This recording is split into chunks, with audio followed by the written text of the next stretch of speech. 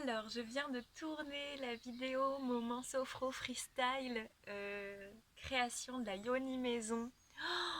Oh là là, je me sens toute vibrante. Je pensais pas que ça me toucherait comme ça de me filmer pour faire ces vidéos-là. J'espère qu'elles vont vous parler.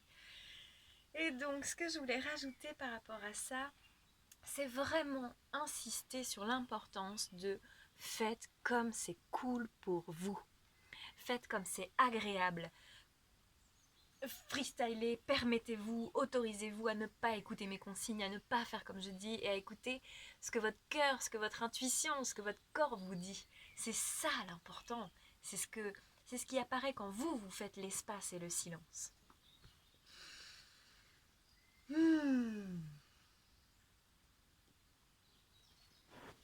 Et j'aimerais ajouter quelques trucs à propos du flux libre. Parce que je pense que c'est important que je vous explique mon chemin. Quand j'avais 15 ans, 14 ans, 13, enfin bon, à 13 ans, j'ai eu mes règles. Jusqu'à mes 15 ans, c'était un enfer. J'étais bloquée au lit pendant une semaine, pendant plusieurs jours, voire une semaine, tous les mois. C'était un enfer. Et qu'est-ce qu'on m'a proposé à ça? On m'a proposé de l'Antadis, du Spasfon, des cachetons, de rester à la maison. Et moi, ça ne me convenait pas.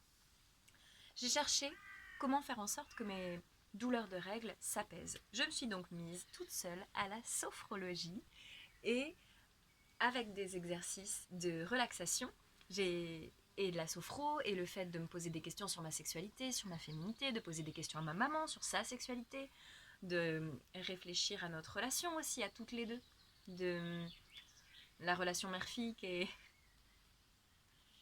intense et qui pour moi est très liée à la zone de notre utérus.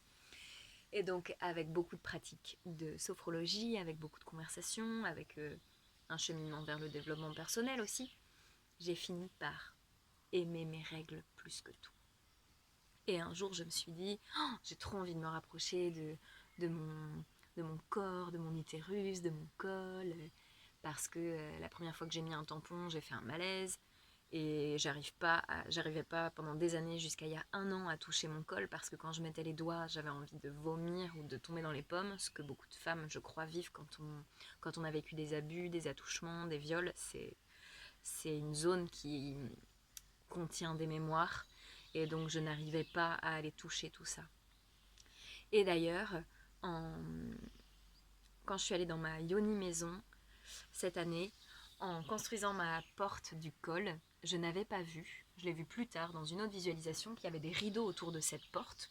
Et derrière les rideaux, il y avait des photos de plein de femmes que je connaissais pas. Je portais des choses d'autres lignées ou je ne sais pas. En tout cas, c'était pas que mes blessures qui étaient là et j'ai mis un grand coup de clean. J'ai tout dégagé, enlevé les rideaux, enlevé toutes les photos qui m'appartenaient pas pour les mettre dans le petit sac de compost. Et, euh, et je crois que c'est à ce moment-là que j'ai réussi à toucher mon col pour la première fois. C'était il y a un an. Et, et donc j'ai voulu me rapprocher de mon corps et arrêter de mettre des tampons et je me suis dit je vais essayer la cup. J'ai eu une très mauvaise expérience avec la cup. Je n'ai pas réussi à l'enlever. Rassurez-vous, je n'ai jamais entendu d'autres histoires, il n'y a que moi. J'ai jamais réussi à l'enlever. J'ai dû me mettre en position d'accouchement et non pas d'enfantement et demander à mon ex-compagnon de l'époque de m'aider à le retirer. Donc j'ai complètement subi cette situation. C'était un peu un enfer. Ça m'a un peu traumatisée en vrai. Et donc je me suis dit, je ne vais pas pour autant faire machine arrière, je ne vais pas revenir au tampon. Et j'ai découvert l'existence du flux libre. Il faut savoir aussi qu'à 14 ans, 15 ans, j'ai lu qu'on pouvait naître dans un orgasme, qu'on pouvait donner naissance dans un orgasme. Et moi, je me suis dit, mais ça, je veux ça. Mais vu comme je douille avec mes règles aujourd'hui, j'ai un long chemin devant moi. Ça fait 15 ans que j'y suis, mon Dieu, c'est beau. Et, et c'est aussi une des raisons pour lesquelles je me suis mise à la sophro. C'était pas juste pour apaiser mes douleurs de règles, c'était aussi dans l'idée d'un jour enfanter dans un orgasme. Je mélange plein de choses, mais ça me semble important. Et donc, je vais pas retourner au tampon, je suis traumatisée par cette histoire de cup, je veux quand même me rapprocher de mon corps, j'ai entendu dire qu'on pouvait être continente de nos règles. Vas-y, go, j'essaye. Je parle à mon corps, je lui dis, toi et moi, on va se lancer dans une aventure, mon pote. C'est parti pour ce truc-là. Et donc la première fois que j'ai essayé, j'étais dans ma petite chambre de bonne sur les Champs-Élysées à Paris. J'ai bu de la tisane toute la journée pour avoir envie de faire pipi. J'ai passé la journée allongée et comme ça j'avais l'espoir qu'à chaque fois que je me lèverais, avec la gravité, le sang coulerait en même temps que j'irais faire pipi. Et ça a marché. J'étais tellement impressionnée, tellement heureuse, tellement pleine de gratitude envers mon corps. Et d'ailleurs, c'est souvent ce que les femmes vivent sans forcément le conscientiser, mais quand on se lève le matin et qu'on va faire pipi et qu'il y a beaucoup plus de sang qu'à d'autres moments, pour moi c'est du flux libre en fait, c'est qu'on est continente. Juste, il faut réapprendre. Et, et donc ça fonctionne. Je me dis, le lendemain je réessaie pas, je remets des tampons. Et le cycle d'après, j'essaye à nouveau. Et je me dis, vas-y, j'essaye, je vais acheter du pain. Je mets rien, je vais acheter du pain.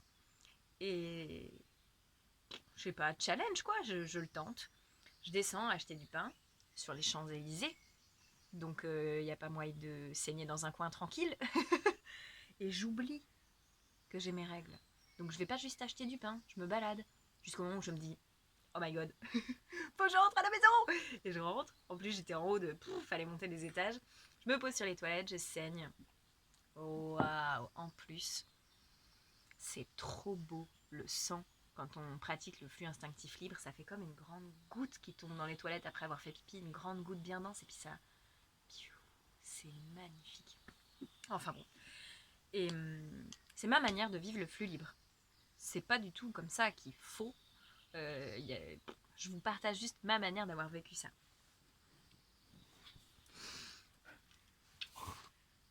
Et donc j'ai réessayé, cycle après cycle. Et ce qui est essentiel,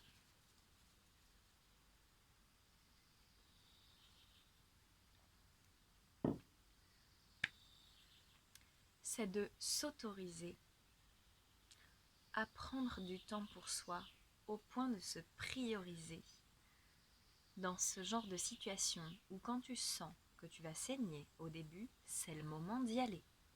Moi j'ai travaillé en crèche. Quand tu as un bébé dans les bras et que tu sens que c'est ton moment pour saigner et que tu vois tes collègues en galère, ça demande beaucoup d'amour de soi pour être capable de se mettre en priorité face au bébé et à ses collègues et de dire ok, je pose le bébé ou je confie le bébé parce que là c'est mon moment pour aller saigner.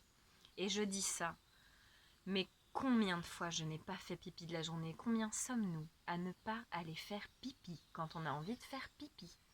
Genre, le besoin ultra naturel, c'est pas bon pour la santé de se retenir, mais on le fait quand même. Pour dire à quel point on se priorise pas. Donc évidemment que le flux libre aujourd'hui, ça paraît être un truc qui fout la pression. Rajouter des trucs encore, toujours plus s'écouter, toujours plus se mettre au centre. Donc faites comme vous voulez. Mais moi j'ai envie de vous dire, offrez-vous la possibilité de vous mettre au cœur de votre vie. Pour moi, il y a vraiment cette philosophie-là derrière le flux libre qui est ok, flux instinctif libre, je me relie à mon corps à ce point-là. C'est pas moi qui vais décider. Au début, en tout cas. Au début, la continence des règles, enfin moi personnellement, ça coulait parfois sans que... J'avais des ratés, quoi, au début. Aujourd'hui, ça n'arrive quasiment plus jamais.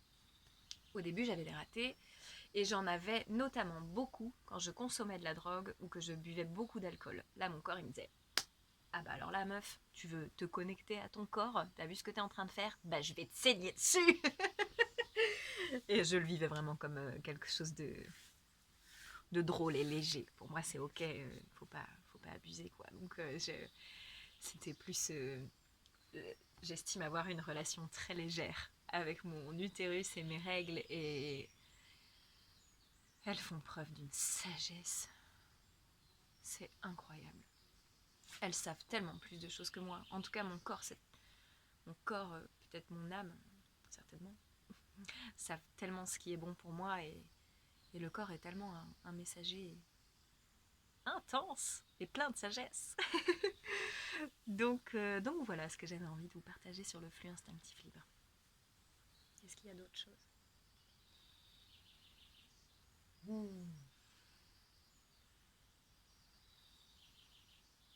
Oui, quand j'ai des douleurs de règles, ce qui m'arrive encore, je sais pas quand est-ce que c'est arrivé la dernière fois, c'était il y a très longtemps, mais quand ça arrive, j'imagine que je vais dans ma pièce utérus, qui est une grande chambre avec des grands rideaux rouges, des grands tapis rouges, une grande housse de couette rouge sur un lit tellement moelleux.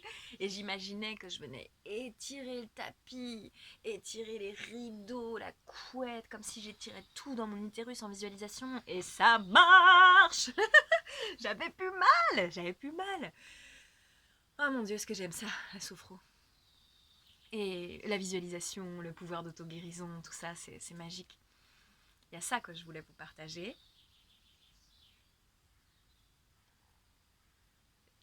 Comment ne pas trop en dire J'ai envie de vous partager un autre tips aussi, de visualisation, d'imagination. Quand vous allez trop mal, que vous vous sentez seule, incomprise, fatiguée, désespérée, inquiète, quand vous vous sentez dans un mood vraiment désagréable et inconfortable, vous pouvez vous imaginer dans une bulle, connecté à votre placenta de quand vous étiez bébé. Vous l'imaginez énorme autour de vous. En plus, on s'imagine baigner dans du liquide. On est nourri, au chaud. Il y a comme un bruit de fond, un bruit blanc du cœur qui bat et en même temps du monde extérieur qu'on n'entend qu'à moitié. Et surtout, on est là contre notre placenta, relié à baigner dans l'amour. En plus, le placenta, il filtre la merde. Il est vraiment là pour nous faire grandir, nous nourrir. Bref, c'est une visualisation que j'adore. Bah oui, tu me vois pas souvent faire ça, des vidéos, hein. C'est la première fois. Et donc, voilà, le tips du placenta. Je pense qu'il vient me dire aussi qu'il faut que je m'arrête. J'ai entendu mon loup, je vais m'arrêter. Merci d'avoir été là avec moi. Je te décale un peu quand même. Je veux bien que tu te poses. Tu te poses. Merci. Merci d'être là. Et à bientôt pour de nouvelles aventures.